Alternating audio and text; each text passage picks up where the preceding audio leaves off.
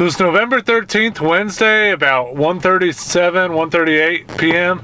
I just got my rent-a-car. I was supposed to get it earlier, so I'm hitting the road a little bit late. But I am on the way to Feic 2019. See you there.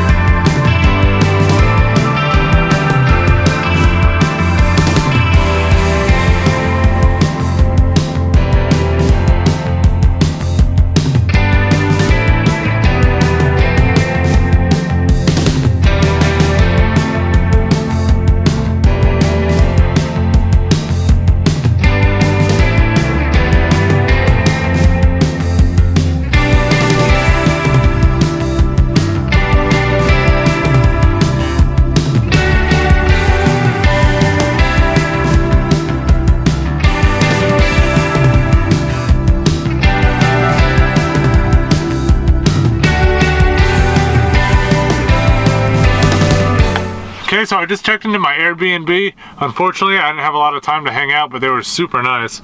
I gotta head to Embassy Suites to check in for early registration. Let's go. I've arrived at Embassy Suites. I'm headed inside to get registered. Let's see who's here. Let's go.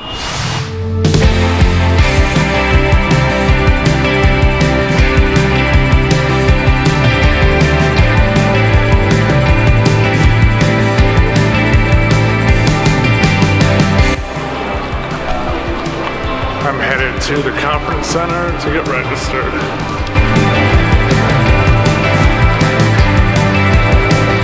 Here we go.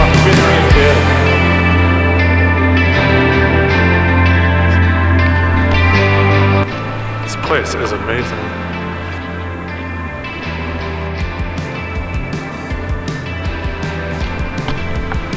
This place is way bigger than it looks on camera.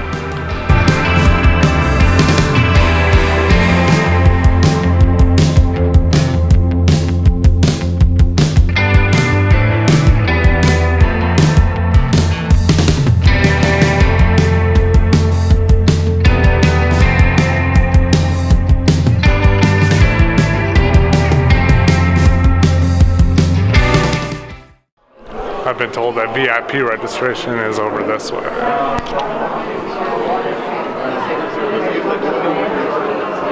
This is the VIP mixer. It's about 8:40 p.m.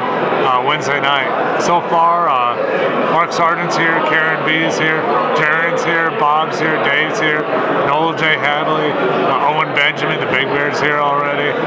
There's a lot of other folks too. Met a lot of awesome people so far. It's going to be a great event. As you can see, I don't have my VIP badge yet. I talked to Robbie, like I said, obviously Robbie's here. He said he's on that, so we should have it by tomorrow. So many of the people here are Christians. They're here because they know that the Bible is incompatible with heliocentric Big Bang cosmology. And so I think that's what we're going to learn a lot about this weekend.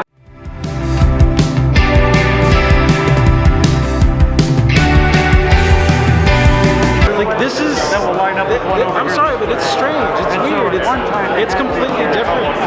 It's very surreal.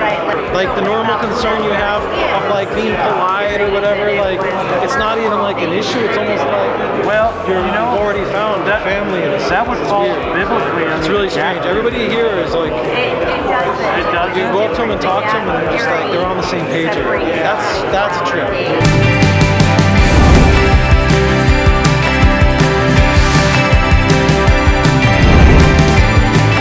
This is great, because the truth, people are coming to God through this truth, and I just want people to be able to love God and see that He's a loving God, and that this thing's set up for us, and it's for us, and yeah, so I think that's really awesome, I think the truth is a more loving thing than the lie,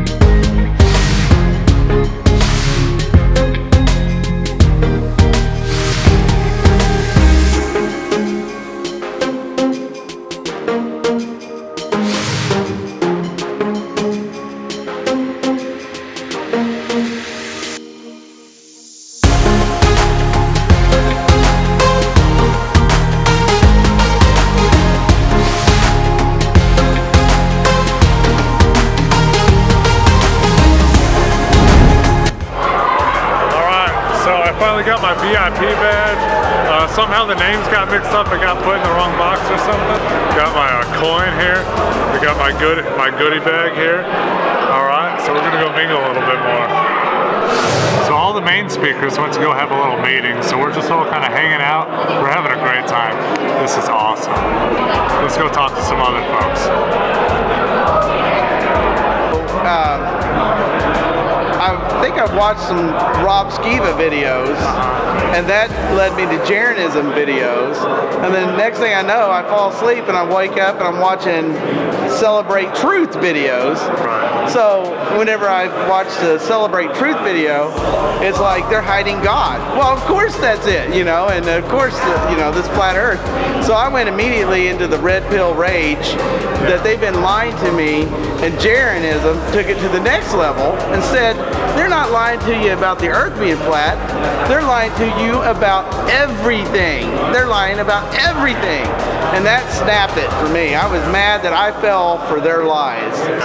And so right now, I'm super much into Bible cosmology. So I'm mad that people of the faith has been reading a flat earth book my entire life, and no one has told me that the Bible is a flat earth book. Still mad. And I'm mad about everything, by the way. Everything. And but I'm not mad about here. I love this place. This is some place that I fit in to a T.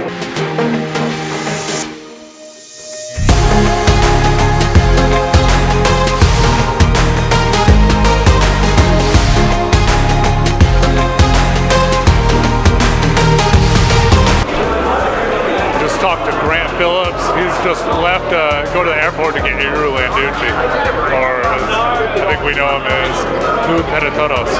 So that's exciting. We'll see him pretty quick here.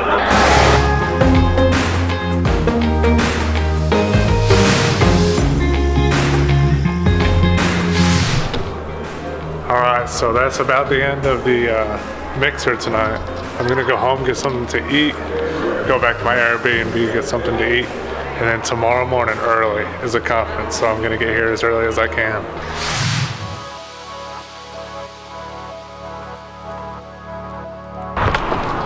It's about 6:45 a.m. I'm headed to the conference center.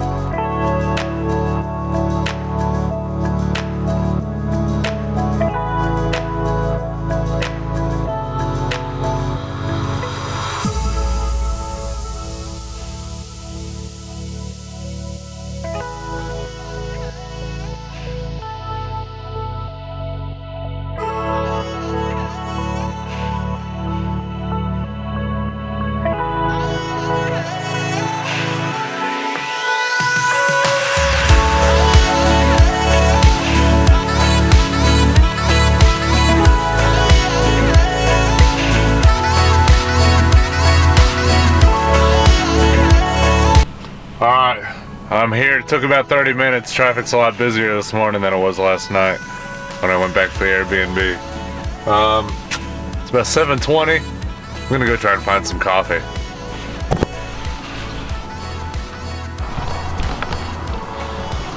All right, I'm headed in. I wonder who's up and ready to go.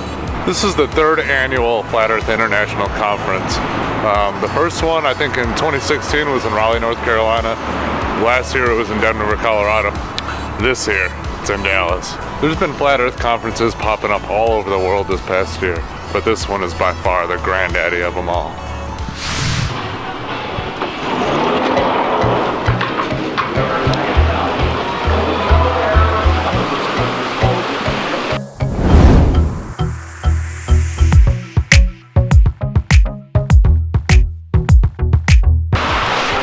Definitely jealous of everyone that's staying at the hotel that has a breakfast coupon. But they sell some coffee over here at the gift shop. That's what I'm going to get.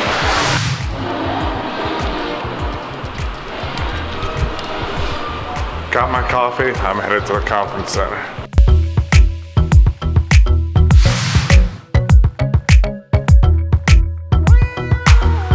truth is always important. It's everything we are. It's everything we are. And this is everything we are. This is about everything we are and will be.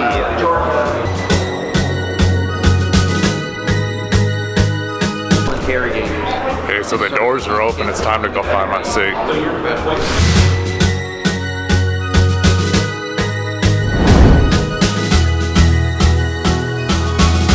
In summer 2015, I watched Mark Sargent's Flat Earth Clue, the original playlist. Was really interested, and then I started looking into actually Eric Dubé. I don't listen to him anymore, of course. You know, we different paths, you know, as far as what we believe and that kind of stuff. But he did have some good early content back then. Awesome. You know, and then eventually that led to me like Rob Skiba and like the scriptures, and that's what really solidified it for me.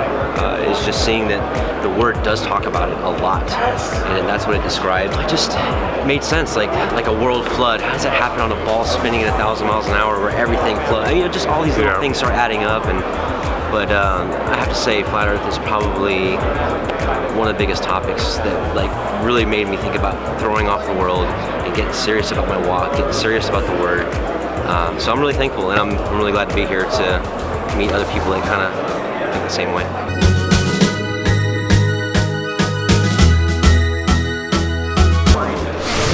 Stage is set. Got about 56 seconds, and it's showtime. Also, I'm pretty sure I got the best seat in the house. From the Lone Star State, this is FEIC 2019.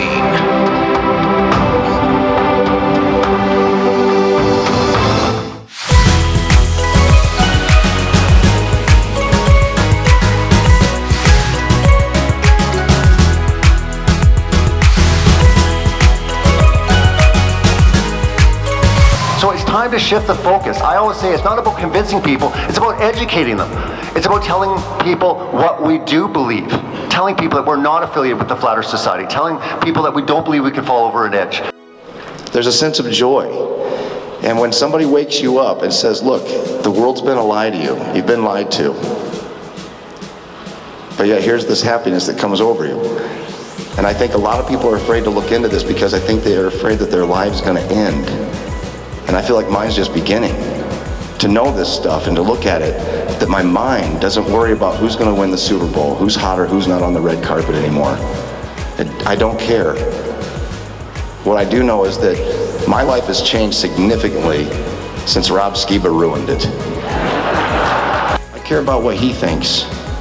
And I care about souls.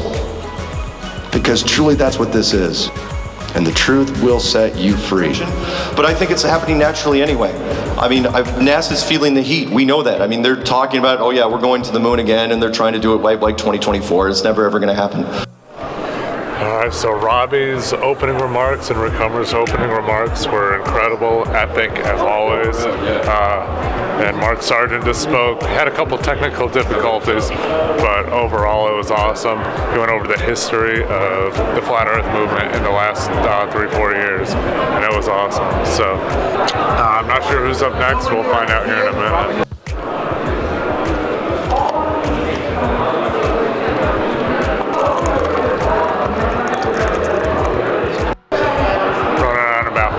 Sleep. Coffee's my best friend right now.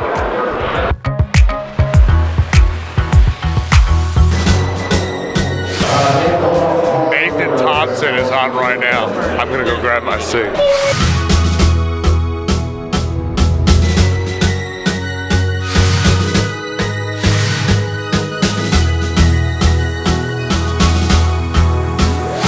Psalm 2 says, "Why do the nations rage and plot a vain thing? The kings of the earth have taken up arms against the Lord and his anointed, saying, let us break their chains and cast them asunder." So the elite have a plan against God, secret societies and occultism and all that stuff, you know. It's not easy sometimes, being a truther, that's for sure. But there is hope, because it says in Psalm 2, right after that God sees their plans and he laughs. Right? Yeah. So we need to have that perspective.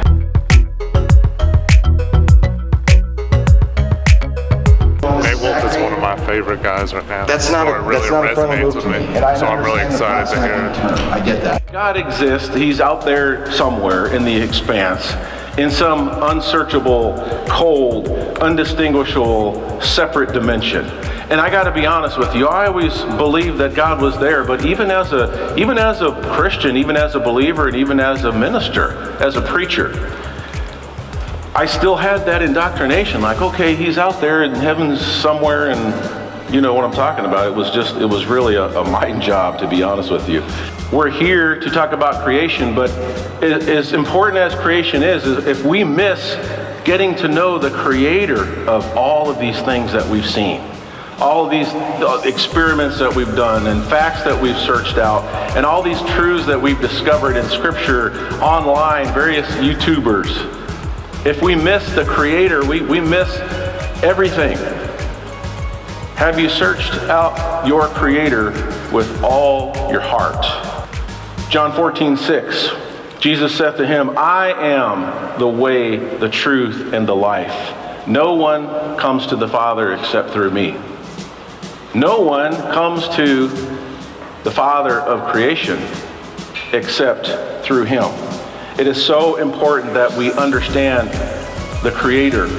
And this is in reference to Jesus Christ, the Son of God.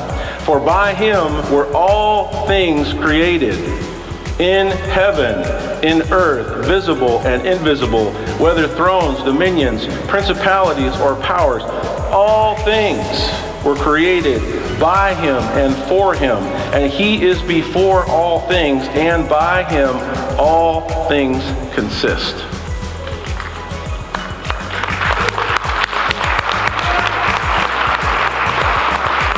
When you're talking about the true creation, you can't disconnect that from the true creator. And Colossians 1 tells us that there was nothing made that was apart from his working.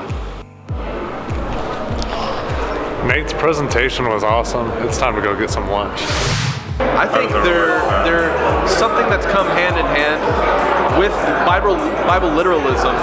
You have people that are coming at it from that Torah perspective, saying, hey, the whole Bible's true, I want to believe it, and whenever they look at the creation account, they do see aspects of the flat earth in that, and then they just take it to that further step of challenging not just evolution, the Big Bang, and carbon dating methods, but saying, okay, well, if it describes in a literal sense creation as being under a firmament, set on pillars, firm, not moving, then they're just taking that a step further. And that's why I think a lot of people in that Torah observing full Bible movement crowd have come to flat earth conferences and they're interested in that topic. From the other side of the spectrum, I see that a lot of people that are flat earthers, they realize, wait a second, the God that I've kind of believed in my whole life, or the God I've never believed in my whole life, is real. There is a creator. If the earth is flat, then that means we're put here and it's not this heliocentric, meaningless speck existence. That means he wants things from us. He wants to have a relationship with us. He wants us to walk after his word. And whenever they look at the Bible as this document that records what he would ask from mankind, it's just a fantastic thing that then leads other people that are just coming into, from a scientific perspective, into a more Bible literal sense in terms of what they walk out in their faith and how they obey God's commandments. This is absolutely insane. There's so many more people here than I expected, and there's way more media presence here than I ever expected. Robbie wasn't kidding when he said there's going to be a lot of media here. This is awesome.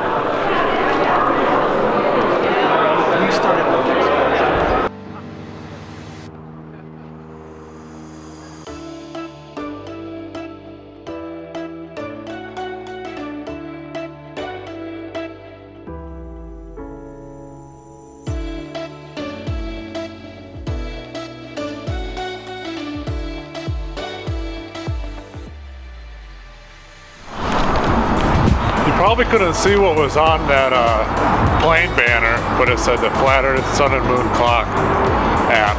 I think it said app. It said the Flat Earth Sun and Moon Clock. So far, the conference has been awesome.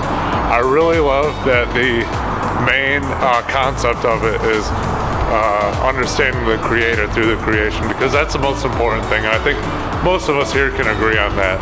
It's all about knowing our Creator. who is God, Christ, Yeshua. But it's so many people are having such a hard time getting to that point just because they don't think that there's that plan again. Just because they feel that there's no need for a creator because that's kind of the way the world is going. Everybody, I think, should have their own roving billboard. Either take a van or a car and deck it out so when you drive around you get people to think about the earth, possibility the earth may be flat. And so I took an old Dodge van and put taglines on it and fixed it up really cool so maybe get people thinking. I was actually researching the moon landings because I'm a self-taught engineer and I'm looking at that thing they supposedly landed on the moon. I'm asking a lot of questions and I don't see how that possibly did it because anybody with any common sense to know that if they really did land on the moon 50 years ago, we would have hotels on there by now. And so while I was researching all that, I ran across the flat earth. I'd heard about it 9 months earlier. I laughed, thought it was silly like everybody. But just out of pure curiosity, because I'm a curious person, I looked into it and it took me about 2 weeks. And I must have said thousands of times, it just can't be. But with all the evidence that I gathered up and just using basic common sense and logic, I had to come to the conclusion that the earth is flat. And so from that point on, I wanted to contribute to trying to have some way to show people the concept to understand how it works. And I went to see who was making a model of the flat earth and I couldn't find anyone. I couldn't find any, so I thought, well, I should make a model. So I tinkered around and I had some parts and I figured out how to get the sun and moon and light to go around on a map and I put a cake dome over it. I thought it was pretty cool and I took a picture of it and I thought, well, I can make another one. And I thought somebody that's really helped me to put my head around the flat earth was Mark Sargent with his Flat Earth Clues. And I really like Mark, and so I sent him the model, and he did a video, and when he posted the video, everybody said, where'd you get that? And he said, well, this guy down in Texas is making them. I don't know if he's making any more, and he gave me my phone number, and some Canadians got a hold of me, and one guy was holding up a cashier's check. Look, I got some money. I want one of your models. So then one thing led to another, and here we are 4 years later, and I sign and date and number all of them, and they've evolved from a little simple model with a cake dome on there to now up to, well, the latest one is the monster model, I call it. It's up on stage here. It's 8 feet in diameter.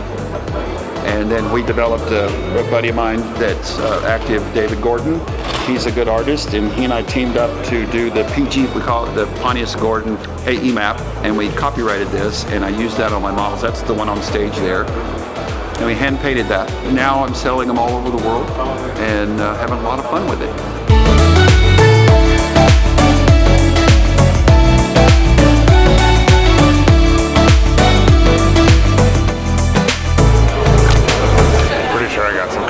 Presence behind me.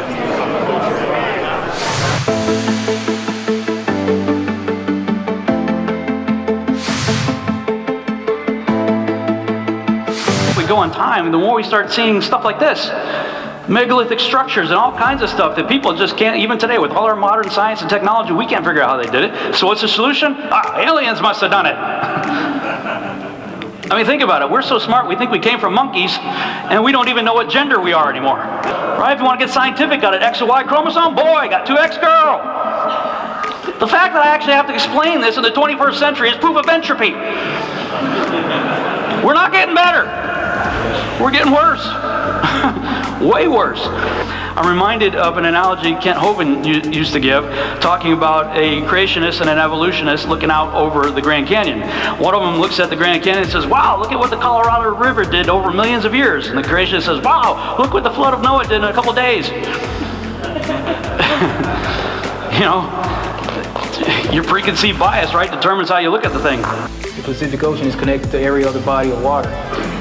So if there's no curvature over that part of the ocean, probably not going to show up anywhere else. So, I mean, does that mean that the Earth is flat? So if Felix in his edge of space jump was not high enough to see the curvature, can we see it from an airplane at 35,000 feet? Thank you. You guys are awesome. Also, a massive shout out to the folks in Europe, the Globelite Tour, Roxanne, Dave Murphy, that crew. I'm telling you, they went to 50 countries, they're all over the place. Awesome stuff going on out there.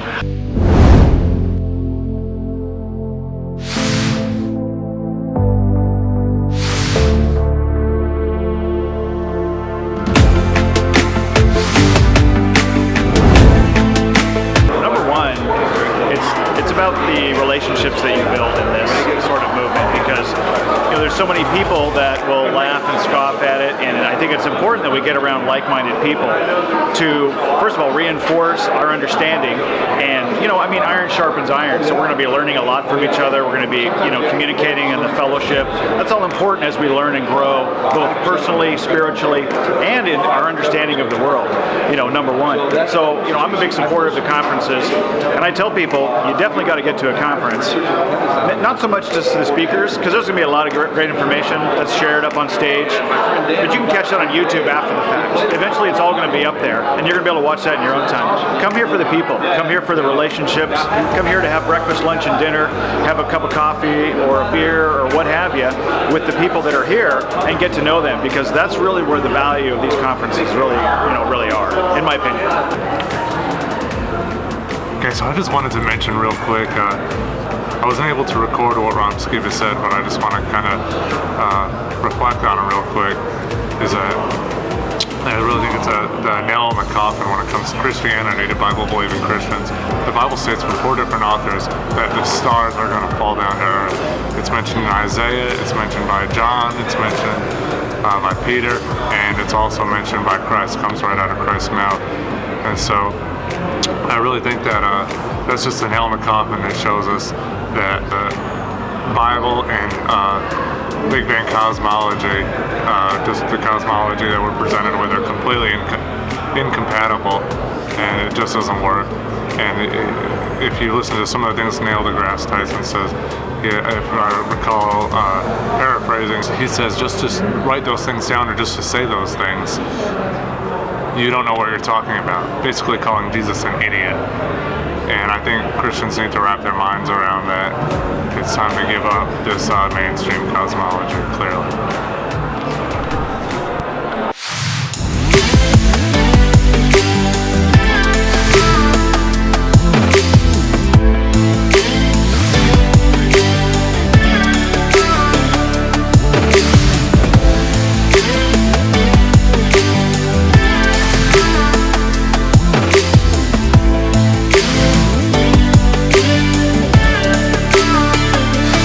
Topped 50,000 subscribers. Thank you. Which is just really, unbelievable. We would have imagined this in 1,000 years. And like Bob said, it just started out as, hey Bob, you want to take some calls and talk online tonight? And boys, it grown from there. And we've had some people come and go. And big shout out to John the Morgile. He was awesome on the show. Everybody loves Sean. Yeah. This is all kind of overwhelming for me, but I am a family guy. I'm married. I have 5 children. Just had a new baby, and I am so happy to be. It is an absolute honor to be with the Globebusters. I've watched their channel for how many years now? Or near 5 years, and it's been amazing. I just hope that all together that we can all just, not just us, but everyone here can help bust that globe, because it needs to be. Thank you, everyone, for for having me on. I always feel like a guest in this kind of conference, maybe because I am on the other side of the world, but for me it's a pleasure, and it's also, like I always say, like a dream come true. For me, it's like a band. I used to be fan of Globebuster, and now participate in the show is like something unreal for me. So thank you so much, Bob, Jared, Morgan, and everyone for this opportunity. Okay, so we just had dinner. Now we're headed back for the Flat Earth Game Show. Just had dinner with some really cool guys.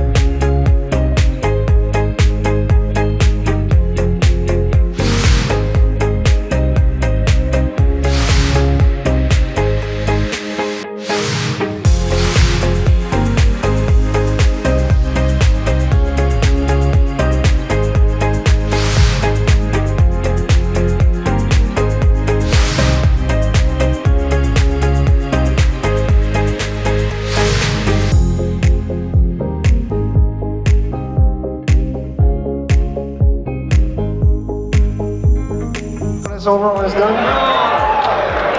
We just got done with the Roll and Ready game show Seriously, you should see some of the stuff we filming shot. scene. And I'll show And you now stuff Owen's tomorrow morning. fixing to I'll show you come. stuff that we shot already. Mark, Sergeant.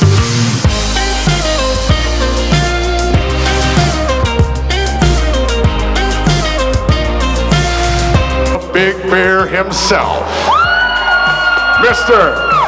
Owen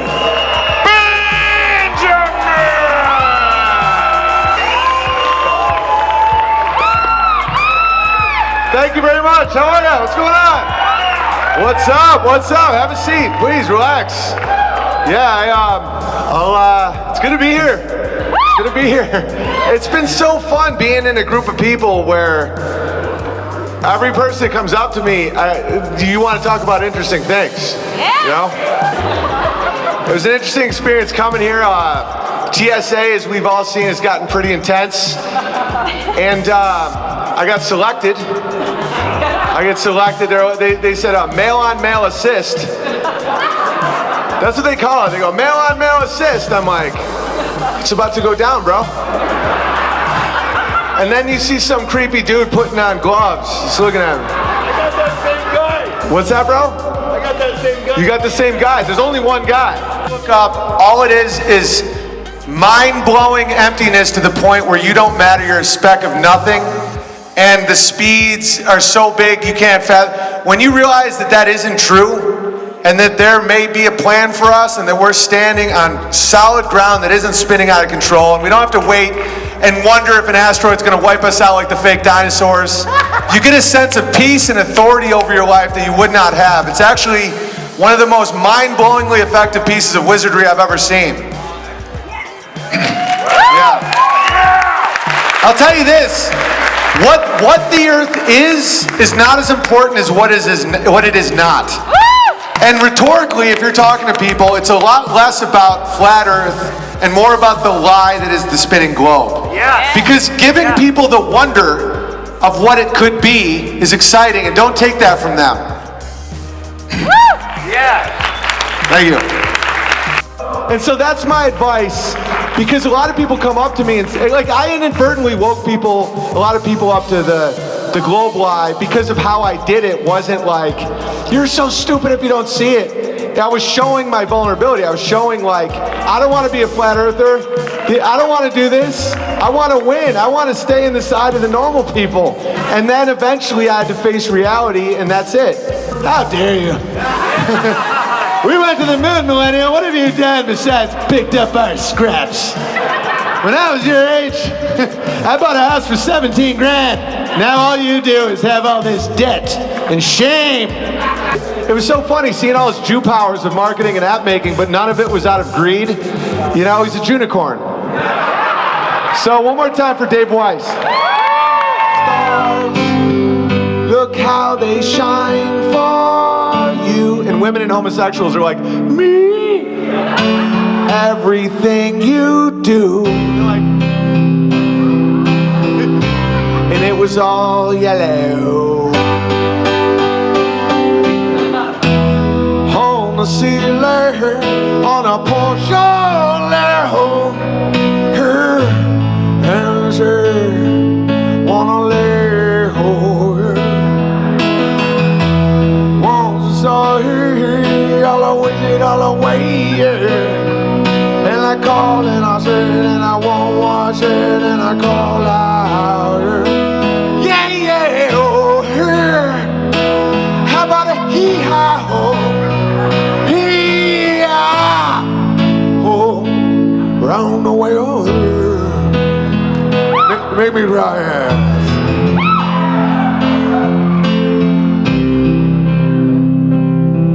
You're in a Walgreens.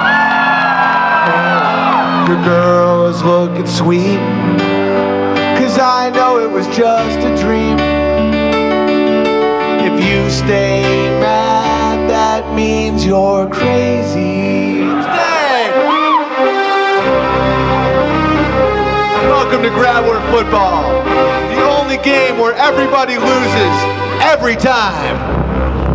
Here we have the Seattle Warhawks against the San Francisco Sodomites, Tom.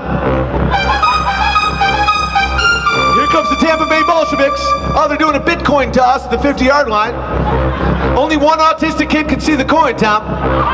Oh, here comes Joe Biden to smell the kid's hair. Oh, Hillary Clinton just killed everybody in the stadium. Welcome to Grab War Football.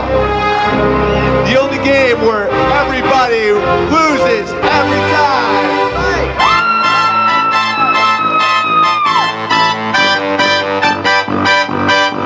¿Dónde está mi bicicleta?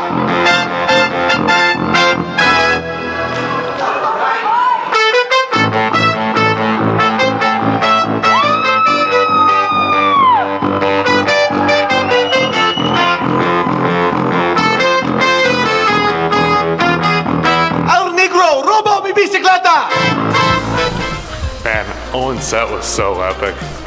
I just got done hanging out right outside the conference room for a little bit with people like Ace McLeod, Grant Phillips, Wes Blaze. Now I'm gonna go to the bar, maybe have a beer, hang out for a little bit.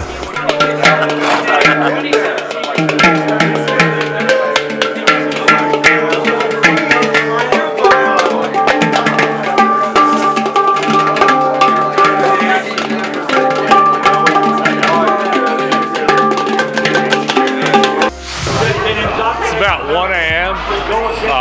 I've been hanging out at the bar here at the Embassy Suites for a little while. Played on some kind of pandrum. It was awesome.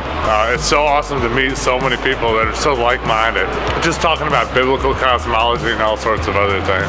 Tomorrow is the second day of the Flat Earth International Conference 2019. It is going to be epic. I'm so excited. I can't wait to see what's going to happen.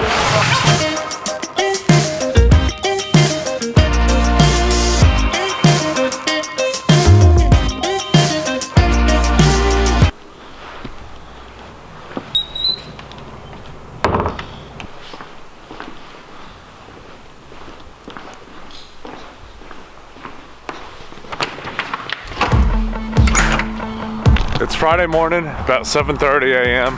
I'm running a few minutes late, but I had a great time with some great guys last night. Okay, so I'm about 15 minutes late. Hopefully I didn't miss too much. I'm going in now.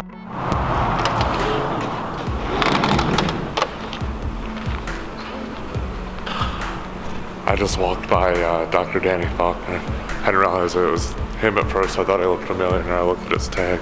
I would have said something to him, but he was on the phone. Okay, so they haven't started yet, so I'm lucky. I just realized I left my badge in the car, so I'm gonna go get it, and probably go get a cup of coffee real quick. You know, for a guy that thinks Flat Earth is stupid, he sure likes to support us. Mark, good morning, sir. How are you? I'm good. Good. I'm gonna go get some coffee and some chapstick, maybe something to eat real quick.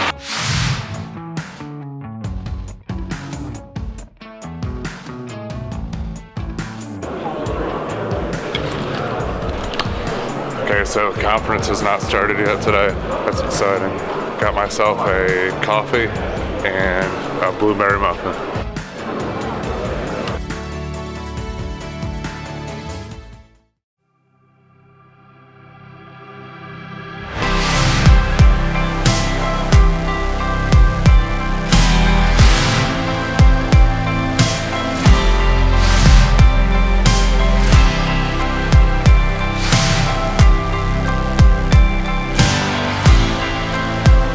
In science we trust, freedom from religion.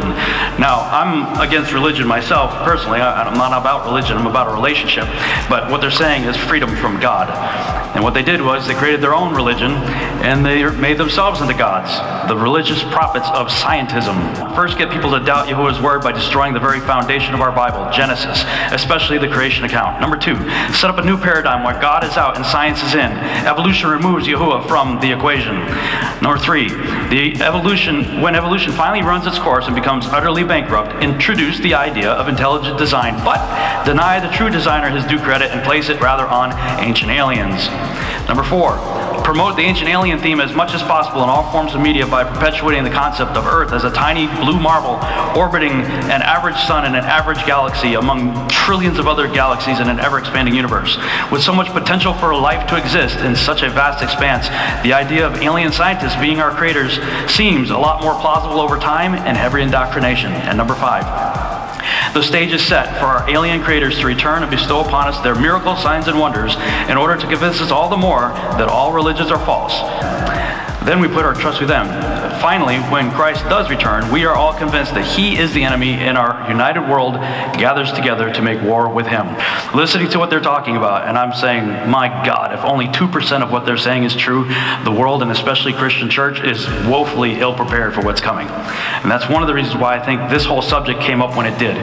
Because we're going to need to know the truth and be able to take a stand on it. Because what's coming is going to be very convincing, in my opinion. And I think that's exactly what the motivation is. Could be wrong. Look into it for yourself. Thank you very much. That's who they've been hiding from us, is our Father. They've been hiding our intimate design that he made for us. Not that you're just some speck in the middle of nowhere.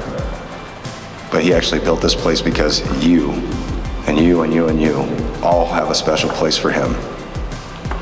So I just want to say that, and I want to reiterate that it is about the Creator, it's about what he's done. That's what my purpose is in life, and I would hope that you guys understand that that's, honestly, I truly believe that's what he wants from you, and you, and you, and you, and you as well.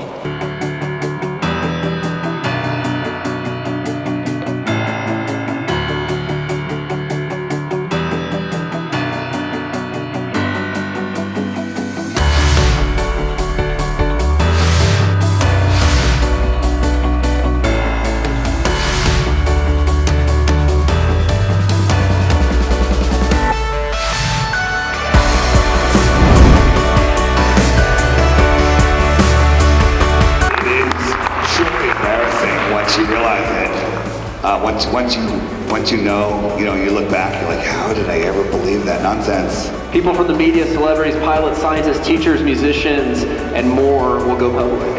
There's many out there, many celebrities that have contacted us. There's a lot of people out there that are afraid to come forward because they don't want to lose their livelihood. There's a lot of pilots now that are on board. Force the mainstream media to bring flat Earth to the table and have intelligent, open discussion. Right, we had a little press conference yesterday, and Rob read them the 10 don'ts, and shamed them pretty much. The press conference was great because it allowed us to put 8 minutes forward of what we actually believe, so that the press doesn't go around, even though they're going to anyways, putting the square pancake floating in the solar system.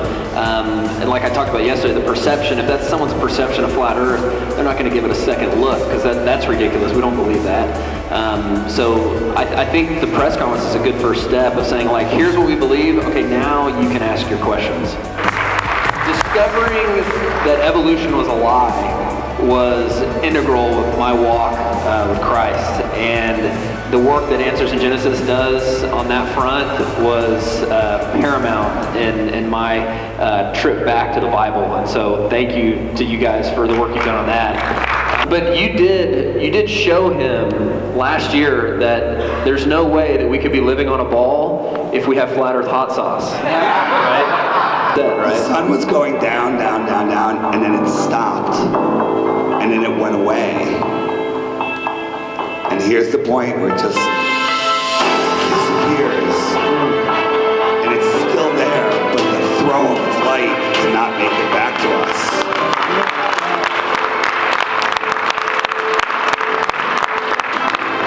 Support what you like, or what you like goes away. So what I spoke about was the fact that flat earthers and globe believers, that they all have the same evidence, and it's someone's perception of that evidence which is what's going to decide how they interpret it. And I compare it to like a card game where everyone's playing with the same hand, and the people who are in charge have made flat earth, have given it such a stigma that they've actually made those cards not even matter. The fact that we have all the evidence, nature is our evidence, and they created this perception that you have to be stupid to believe in flat earth, or you have to be stupid to be a creationist. honest.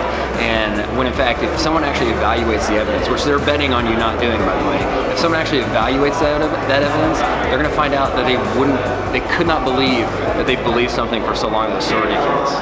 Well, I think even amongst a community that agrees on something like flat Earth, there can be a lot of infighting when you're on the internet. And I think what most people find when they come here, the people that actually come to these are the people that are looking for fellowship. Like they're looking to be around other people that think the same way as they do. And it's a fraternity, it's a brotherhood, and everybody's getting along here. And it's important, I think, to see when you're kind of in your own little hole putting out content or thinking that you're the only one around that believes the same way you do. It's awesome to kind of come here, recharge, see that there are other people on the earth that think the way you do and see things the way you do. And I think it's very healthy to do that. Well, I think flat Earth matters because I come at it from a biblical perspective, and Romans 1 says that we can get to know the invisible attributes of God through the study and appreciation of His creation. And if that's the case, of course, there's going to be an evil agenda to cover that up and to dilute that. And the way you dilute something is you pour it into something bigger, like infinite space, and you teach people they're just insignificant probabilities of an ever-expanding, potentially infinite universe. So the thing is, if someone can get to know God through the creation, then yes, of course, there's going to be someone in the way of that. And this conference, for everybody, Flat Earth, is about getting that out of the way of you getting to know that you're actually created by a loving creator. And that's why Flat Earth matters. Flat Earth may not be a salvation issue for a Christian, but it may be a salvation issue for someone whose stumbling block is one of mainstream science, like myself.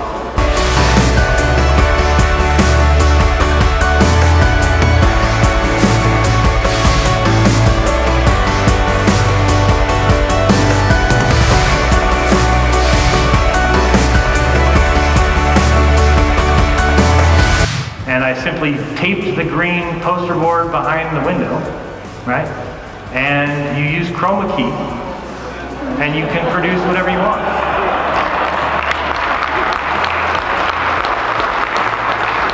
So, and there's no scenes, it looks perfect. And remember, I'm doing this with 99 cents.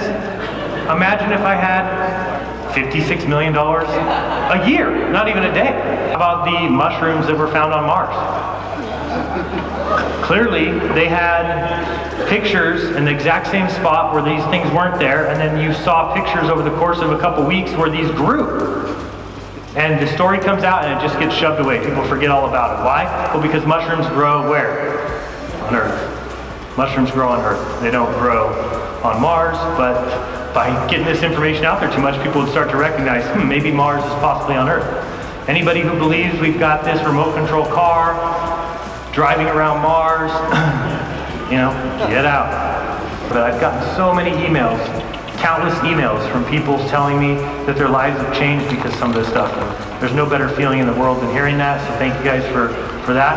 I do want you to know that there is 2 or 3 celebrities that I can't tell you. I wish I could. I really wish I could. But I've had 2 or 3 celebrities that have contacted me and told me that they are, on board, that they want me to keep going with what I'm doing, that they wish they could come out and say so, and that they can't. And I've had to promise them that I wouldn't say anything. Hopefully, in months or a year, we'll hear more. But I just wanted to let people know out there that there is people out there, celebrities, people that you would be shocked to find out are on board with this, and they can't come out yet. I understand that. We have a conversation. We talk about, why they can't. But I just want to let you guys know, because that's something you don't know. You might think, I wonder why nobody's coming out. I wonder why it's not getting bigger. And it is. It's just going to take time. Like I said, truth takes time. Darren's talk was unbelievable. Definitely a lot of visuals, but well worth it. I definitely recommend anyone that wants to know more about this to look into it. I'm going to go get something to eat, get back in time for Jared Cressman. So oftentimes what happens, they put enemies in our way all the time that are actually the least important of what we have to worry about, and the real enemy slips up behind us at his leisure, effortlessly slips the knife right between our ribs. When you're in war, which is really what we're doing in a Christian walk, the Christian walk is warfare, 360-degree vigilance is absolutely vital. For we wrestle not against flesh and blood, but against the rulers, against the authorities, against the cosmic powers over this present darkness, and against the spiritual forces of evil in heavenly places, Ephesians 6. And that word for cosmic powers is cosmokrator in the Greek. But cosmokrator, as is depicted in the Greek, is not just talking about something supernatural. It's talking about something so supernatural and so powerful that it's capable of ruling through world systems. And this is what I believe as a Christian refers to demonic powers and principalities that rule through world systems. So when I see world systems in my face all the time that somehow have maintained a form of cohesion for 5,000 years, I can't stick 2 Southern Baptists in the room without 3 opinions that can stay on track for an hour. But somehow, warring factions of occult tribes for thousands and thousands of years have been able to stay on track with a singular act of rebellion, a single philosophy of rebellion against God Almighty. I don't think so. They're definitely a part of it. But they're not the ones who sent it. And that's what I like to do. I like to point people back to the scriptural reality of who's responsible for this. How's it possible that so many secret societies and their managed agendas could exist simultaneously? And more than that, how could all of them be so consistent over thousands of years?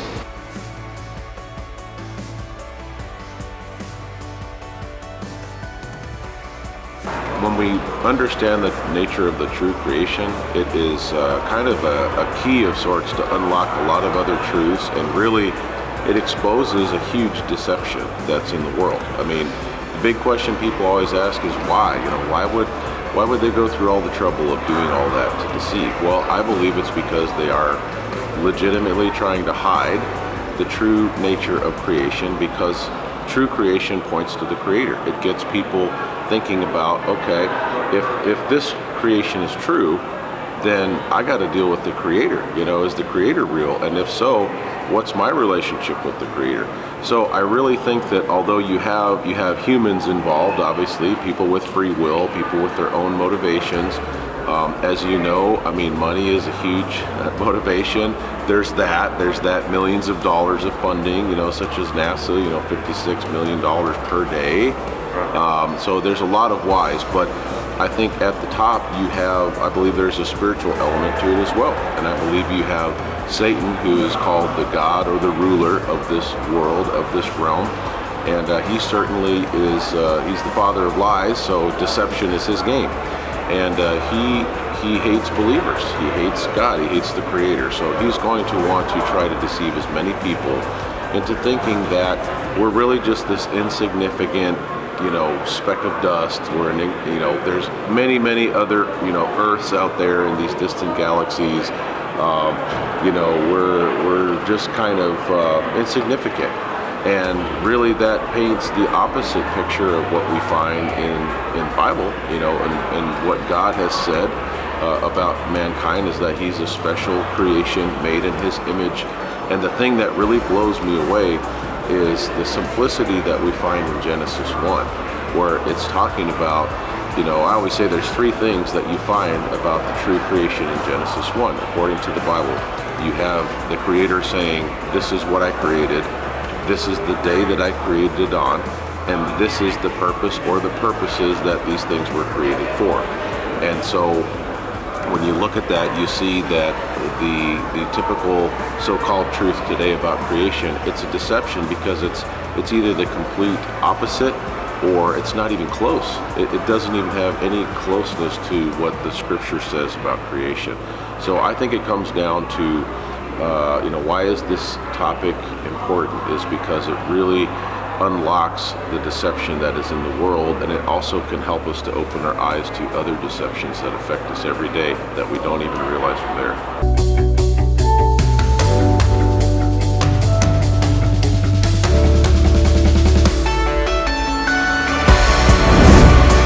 I start by what I consider to be the most important of all of them, which is truth matters. Like, it just matters. Yeah. Truth matters. It matters what's true and what's not true. I'm not okay believing lies. If there's something that I'm being lied to about, I'd rather know the truth as opposed to being fooled, regardless of what that does to how self-deprecating or maddening it is if you find out you've lived a lie. I'd rather know the truth. But on the other side, as a Christian, I have a very stable foundation in my Christian walk where not only does God say the truth matters, but in Romans 1, it tells us that everything that can be made plainly known about God has been made plainly known in creation, mainly His eternal power and His divine attributes. There's an old saying that theology is the queen of the sciences and all other scientific disciplines her handmaidens. And I think that there could be no more important a pursuit than to know who God is, and mainly to know Him personally, right? Which is in Scripture, like in Romans, when it tells us that men are without excuse because these things have been made plain. Well, that is evidence in natural theology that matters. You know, all you're going to get from flat Earth stuff, as far as natural theology, is that God exists, right? That there is a creator of this place. But you don't know who that is, right? And that's the purpose of Scripture and special revelation in Christ, is that He's told us who He is as well as shown us that He is, you know? So that can be used as a means to an end of knowing Him. Like God can use natural revelation as a means to draw somebody to a personal relationship with Him. But in and of itself, you know, you're never going to, oh, I'm flat Earth now, I totally understand everything there is to know about God. And I feel like that's where the breaking point is. I think flat Earth's important because I think natural theology is important. I think the Bible makes that very clear. And I think it can be a stepping stone that God uses into a deeper spiritual walk with Him in accordance with what He's established and being able to know Him personally. I tend to be one of those people that believes that you become an accessory to the evils that you fail to oppose. And when there's something that is in your face, a threat to other people, jeopardizing the health or well-being of other people, and we turn a blind eye to it, I believe that we kind of become accessories to what happens as a result. I tend to be there in the occult arena and satanic ritual abuse and spiritual warfare just because there seem to be so many people that lack like a conservative and biblical understanding of how that works. I really try to keep a very biblically centered approach to it that's simplistic, in accordance with the way Jesus did it, with the way the apostles did it, pulling from the truths in Scripture and then feeling things out as we go, right? Like in Scripture, Ephesians 6, we war not against powers and we war not against flesh and blood, but against powers and principalities. That word is cosmocrator, right? These cosmic powers.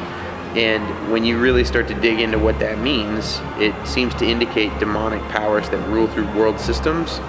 And that's always been sort of the backdrop of my understanding of how this place works from a biblical perspective. No matter what generation or time period we live in, we have a very ancient brotherhood of spiritual beings that are at the heart of the rebellion, manipulating things to their own ends. And so recognizing that, it's very easy to say, well, why couldn't this be a lie?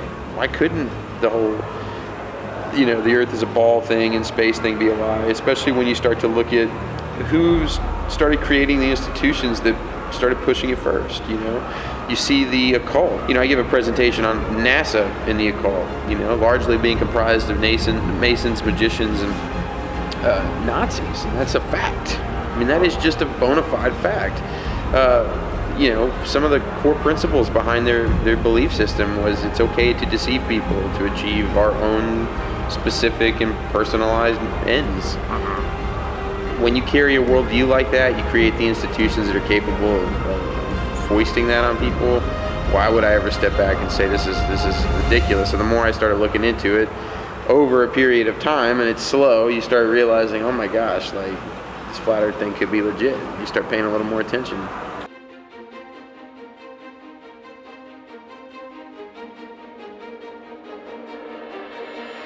As somebody who has been an advocate for creation, you know, as opposed to evolution, my whole thing is, well, I mean, if you're going to take Genesis literally for 6 literal days and say, you know, those are 6 literal 24-hour days, not eons of time or millennia or, you know, millions of years, then why wouldn't you take the Bible just as literally when it tells you there's a firmament? It's a hard, solid structure. In Hebrew, in Greek, in Latin, and English, all the words used are a hard, solid structure. So why wouldn't you take the Bible just as literally when it tells you there's a hard, solid structure above us within which the sun, moon, and stars were placed on day 4? So I think creationists tend to be literalists, but they're selective literalists unless they go all the way. And so I just finally said, you know what, if I'm going to say the Bible is true and Genesis is an authoritative, accurate historical account, then I'm going to take it, the whole thing, the same way. I'm not going to say, okay, that's literal, no, that's figurative, allegorical, poetry. No, that's literal. That's literal. You can't do that. It's all either literal or it's not. You know, and so I see the firmament as literal, and I think it's important we should be talking about that.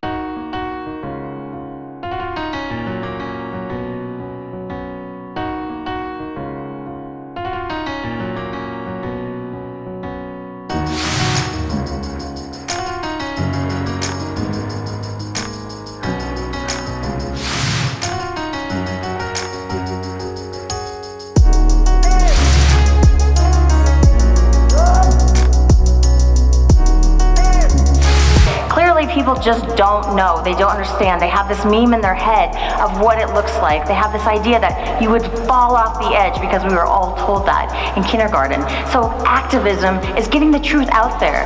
We need to let people know, hey, here's really what it's about. And so if we don't do that, people are going to still have that meme in their head. So it's really our responsibility, and it's a call to action. So what's interesting is that we're really generating a lot of buzz because we're growing. We're growing in numbers, and you really cannot stop an idea whose time has come.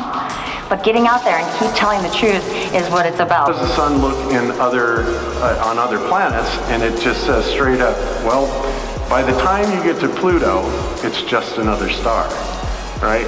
So, and that isn't even a light day away, guys. That's crazy. But they give us demonstrations like this, and they have to, you know, based on, you know, their claimed distances and everything. But if the sun in eight light hours, or 2/3 of a light day, is too small to see angular-wise, and brightness is orders of magnitude dimmer, right? How in the world are we seeing stars at, you know, well, the closest star is Proxima Centauri, right? And that's like 4.4 light years away, something like that. I mean, there's a huge difference between 8 light hours and 4 light years, right? And remember, our sun is an average-sized star. And yet, they're telling us that we're seeing stars dozens, hundreds, thousands, tens of thousands, hundreds of thousands, millions, and billions of light years away. And it's just preposterous. They tell us now that Polaris is about 323 light years away, but its brightness is about 4,000 times brighter than our sun. And they do this, they just make this stuff up so that they can make the math work as we come here. Because remember, they have no way to measure this. It's all a mathematical construct to them. You know, there's nobody that has ever been there that has actually measured the size of Polaris, and nobody has ever been there to measure the brightness of Polaris. But, you know, they will have you believe that somehow, without knowing either one of those things, that they can tell you everything about it.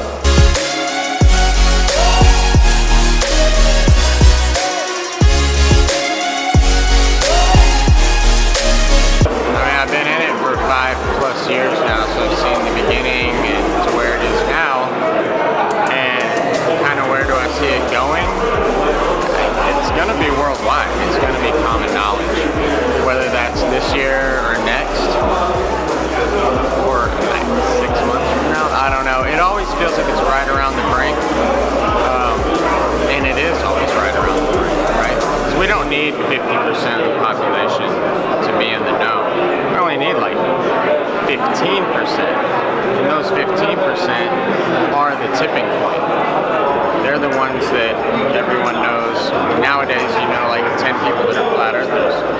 Eventually, you're going to have to look into as much as you tried not to, right?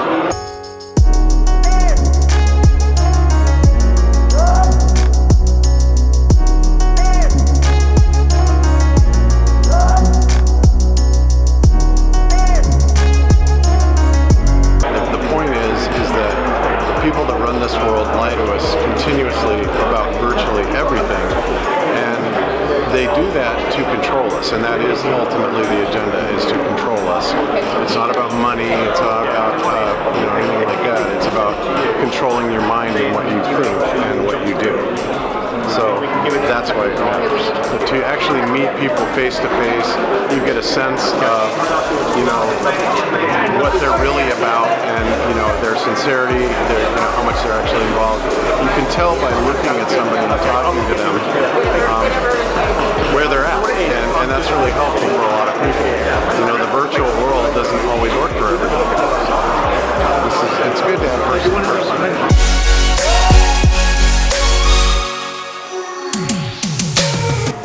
are relentless. You will not quit. Why won't we go away? Because we have faith in what we have come to know by testing, evaluating, seeing, coming to understand, battling in frustration, weeping in anguish, furious at the way we've been treated, shaking our fists at the skies as they're spraying things on our heads and we can do nothing. But we can have our belief. They cannot steal that from you unless you allow them. Is that you would bring out of this convictions for what you know to be the truth, and that you would move and act on it, and that you would guard your homes, and that you would abstain from these systems, and that you would not be angry with the men that have been manipulated to believe these things, but instead that you would love them enough to stand there and be the one who would be the difference. But I will always be welcome in the true churches where people of beliefs gather together and are willing to stand and be courageous for what they believe. I am humbled to be called your friend. Be willing to stand for what you know to be the truth, and let them look at their dad, let them look at their mom, let them look at their brother, let them look at their boss, their CEO, and see that person has something I've never seen before. They won't mock you after a while because you rob them of their words of accusations by your consistent living in a set-apart way. You'll steal those words out of their mouth. And they cannot curse you, they cannot condemn you, because of the way that they see the fruit of your children, the fruit of your house is beautiful. It's lovely. There's peace when I'm around this guy. She has so much joy. So have we all suffered for the sake of the truth. Go read a book called Torture for Christ. You want to read about people that loved their enemies, that cared about them, that gave themselves for them? Go read about people that literally gave everything they had for the people that were perpetrating the madness against them. You know what that does? It so unsettles you when you're in that world. I had these believers that came into my life when I was raging and everything else that had so much love for me that I could not take it. It scared me. I didn't know how to handle that love. It still scares me. Because love is far greater of a weapon, far greater of a tool, far greater of a foundation that you could lay your house in than any fear, than any other thing that you have ever seen and experienced in your life. Lay love over these people. Let them know that you love them. Let you know that you have known the truth and you have found it and you care about it and you're passionate. And they may mock you for a while. They may hate you for the rest of your life. But it does not matter if you do sincerely love them. They are willing to overlook those things. So don't give up on those people that mocked you. Don't give up on those people that use their power and their tools and their authority to take you out. Don't be angry at them. Don't be angry at them. Have mercy for those who doubt. Be patient for them. You were ignorant as they were. You didn't know. But then you did. And it's what you do with that that makes the difference. Nathan Reynolds just got done. He was the final speaker. And it was probably one of the most powerful talks I've ever heard in my life. It was amazing. I encourage anyone who has not watched it to go back and rewatch it when it comes out. I'm headed into the VIP dinner.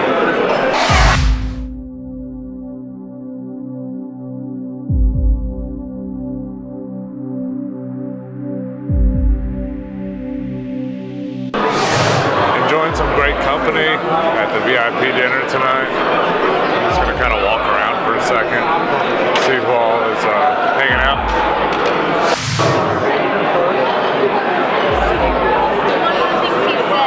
Hey, Rue, what's up, man? Doing all right? Hello, man. You know Hollywood lives? The day that Earth stood still, you know, we came to the Earth. What's going on? Y'all having a good time? Yeah, having a great time. Awesome. Good. They used to say that the Earth was supposed to be.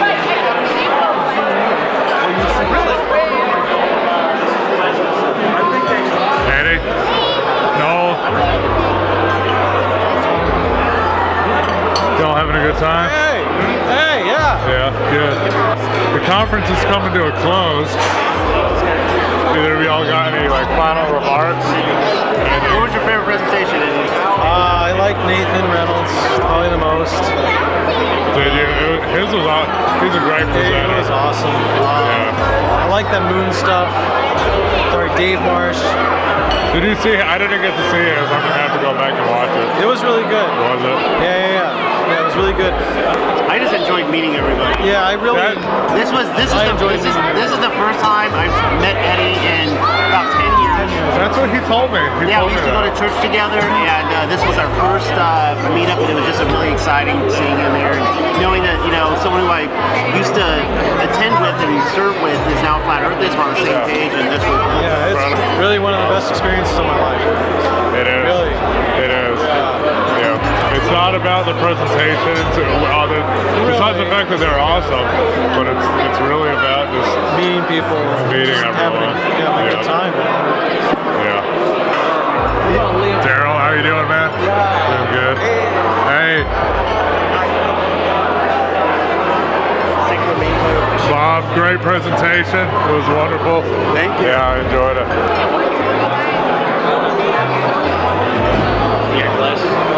Colin! Hey! How's it going? Good. So the conference is getting close to the end. What do you think? It was excellent. Well done. Yeah. Yeah, I'm sad to see it coming to an end. As am I. Yeah. Yeah, but looking forward to the next one. Most of us have been at home trying to evangelize the people we know or share information with them. And we stay pretty pumped up for a while, but it's good to get together with people and share new facts because new stuff is coming up all the time. I learned a ton of stuff this weekend or week, but it's definitely important. We've made connections. Just the energy that happens when everybody gets together is phenomenal. I think it just fuels us. I can't hear a word you're saying. This is my third. Oh, for the FBICs? Yeah. Oh, you've been to all three? Oh, wow, that's awesome. So what do you think of them? What I think of them? I think they're awesome. I think they're fun. It's great. I mean, it's the biggest one. It's where you're surrounded by the most people. It's the biggest gathering. So when people say that some people are out just have to make money by having these and there's no point in coming, I mean, what would you say to those must not be familiar with how much conferences cost. Like if you look at the ticket prices for a Normie conference, like a conference on, computers or, whatever, anything that's a normal subject that's not flat Earth, you're gonna pay like $1,500 for a 2-day conference. I mean, easily. Exactly. So, people complain about the price, but it's actually still a pretty reasonably priced ticket for where it is and how big it is and what you get. I agree. Oh yeah, it's great. I mean, I got to meet a lot of people that I'll be chatting with online and Facebook and whatnot. And I get to meet them in real life, and it's been a blast. Like seeing people that helped with my journey, waking up and this and that, and shaking hands with these people, having conversations, or beer on Instagram, whatever that I'm doing with them. They're awesome. So it's been very positive. I'm looking forward to next year. Well, I think that it's important for us to come together at these type of events because mainstream society's been so programmed to go against the idea of flat Earth anyway, because everybody's been taught the globe model for all this time, and the idea of flat Earth is just laughable to so many people because they have already adopted the idea of the heliocentric model. So when people come into the idea of flat Earth, and it's like they'll do their research and they're excited about it that they figure this out and they want to talk to people about it, but since society's been taught to, respond in a negative way, they don't have anybody to really talk to or only have a couple of people to talk to. So an event like this is kind of like a safe space where people can kind of take their armor off to a degree and just relax, because we all have this general understanding, and we're not going to make each other feel crazy for saying that the Earth is flat here, because we all have the same thought process. So it's like a good environment for us to connect with other like-minded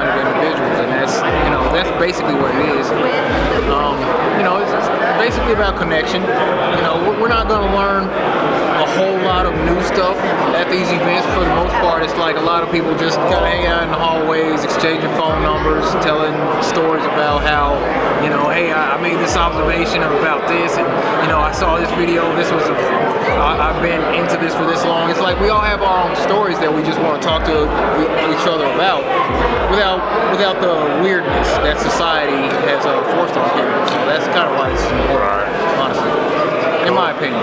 Yeah, awesome, man.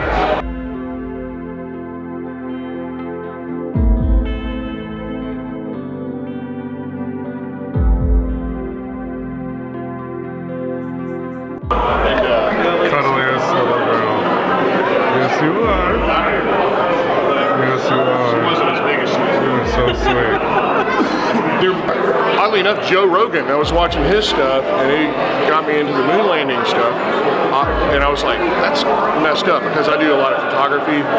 And I was like, this didn't add up. Wait a minute. And then eventually I was like, we didn't go.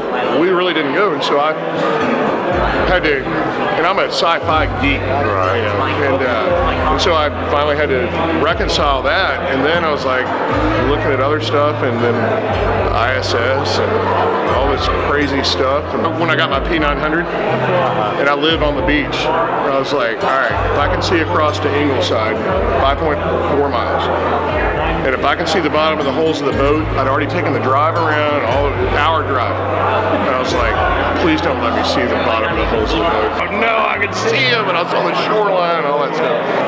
We've been going at it for the last 2 days solid. I'm on information overload. I've learned so much, met so many cool people.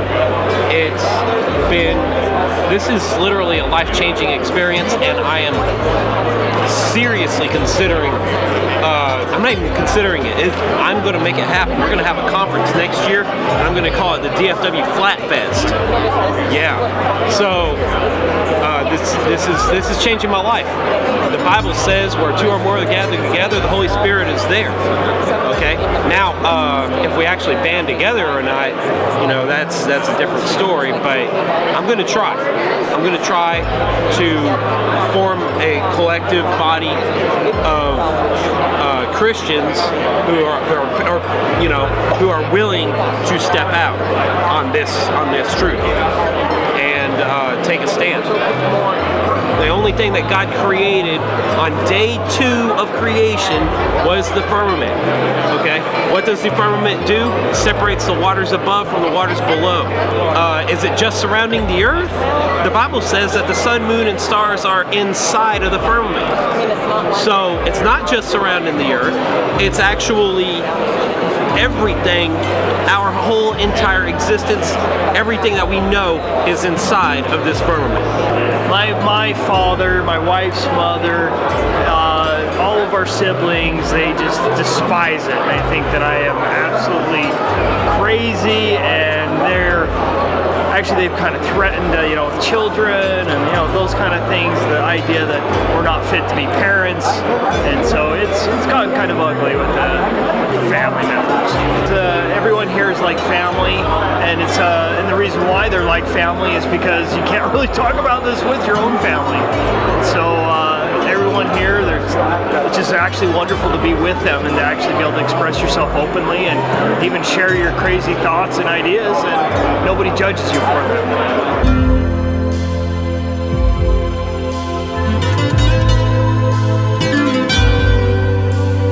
It's been fun. If you didn't get a chance to join us, you should be here. Maybe next year. It's been a great time. Yeah, I don't think there's anything more important than getting everybody together and having a good time, and we're about to get some awards, and it's been fun. A lot of great people. I think getting together like this is amazing, and it's really important. Like, I met Jaron at the event, the first one, so it puts us together so we can really collaborate better. It's great. This is awesome. Like, having everybody here, it's so good. You don't meet a bad person ever. I heard about that. Having a great time. This is my 4th time. Canadian one first, then I went to Amsterdam recently, then I went to Oktoberfest in South Carolina, and now here. So yeah, and once you start doing these things, you don't stop. So I encourage anybody who's seeing this to get out, go do some activism or meet people and just enjoy yourself. Because not everyone's a shill, like everyone says, and you can't really learn anything unless you go out and explore for yourself and meet these people, right? Because we're all hanging out, we're all vibrating, we're all fucking enjoying each other's company. It's all we got is each other. So we're all on the same team.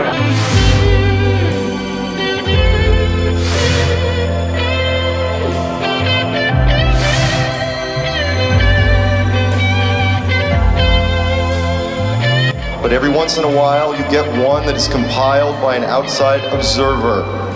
Somebody that woke up this year, which was much more high profile, which was created by someone else, which is very rare. The winner goes to Mr. David Weiss. DITRH. I don't want to be a flat earth person. Here's another one. Why do flights not go around the poles? Please explain this to me, because I do not like where the logic is taking any of this. It's not fun. It's actually incredibly isolating, and I don't want it at all. The last thing I need in my life is to be given another label that makes me look insane. That sounds awful.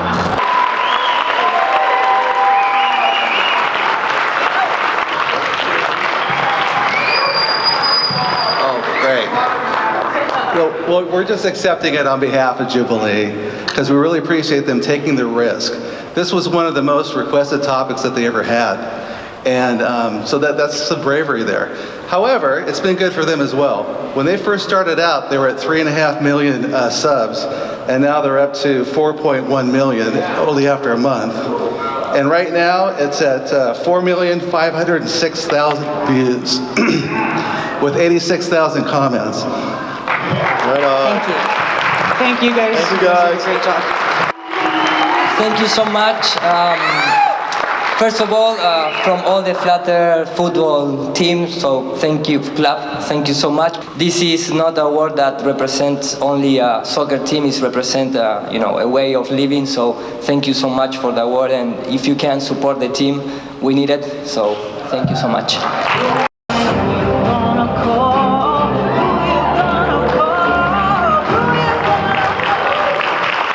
Glowbusters, Bob and Jaron and Iru. Thank you, everybody. Honestly, if it wouldn't have been for Amber Plaster and Jaron, arranging all this wouldn't have been possible. So thank you to Amber Plaster and Tony. 2019 was an amazing year for the expansion of Flat Earth, and just wait until 2020. It's going to be over the top.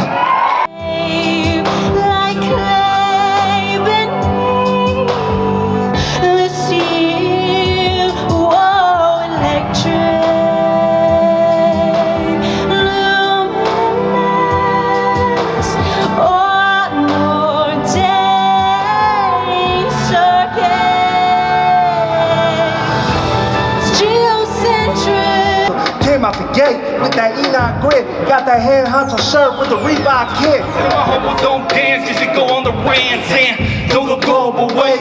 Now lean flat, lean flat, lean flat, lean flat. We're bold, we're on the forefront of something. Don't be discouraged, keep pushing forward. It's going to be exciting. The road is going to be great ahead.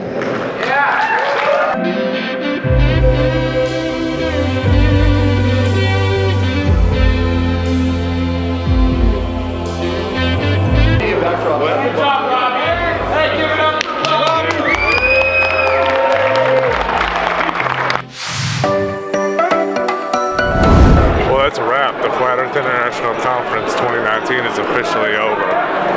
It was awesome.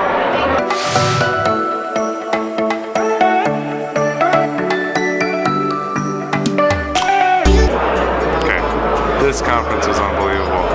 This is hands down the best event I've ever been to. But an event like this proves that this movement is growing exponentially.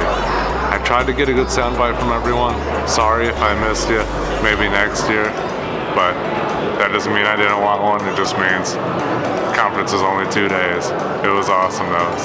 This is FEIC 2019. That's it. FEIC 2019 is over with.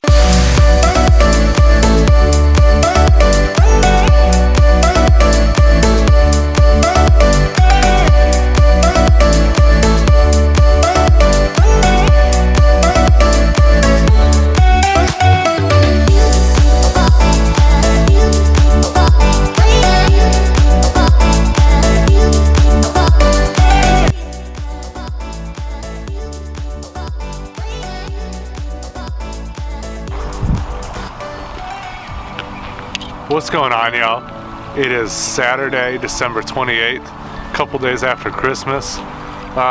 It's been about a month and a half since the conference. I've had a lot of time to reflect on that whole experience, which was unbelievable.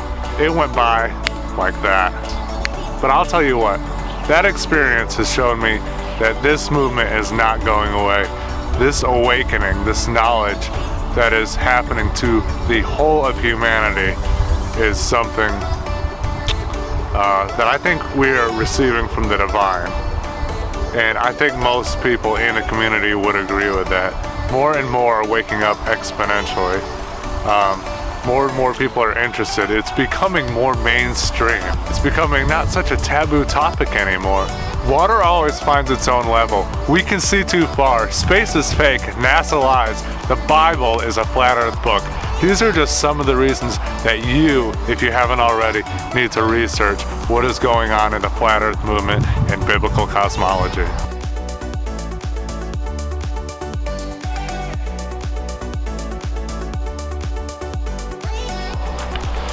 One of the most important things about the conference was that it showed that people are tired of accepting lies. They're tired of accepting something that was taught to them that they have now figured out is not true.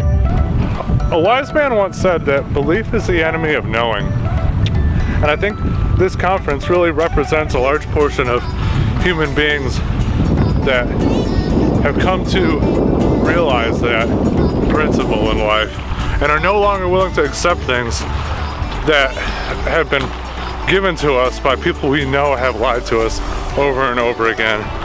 People that hate truth, hate the Bible, hate God, and hate the idea of there being a creator.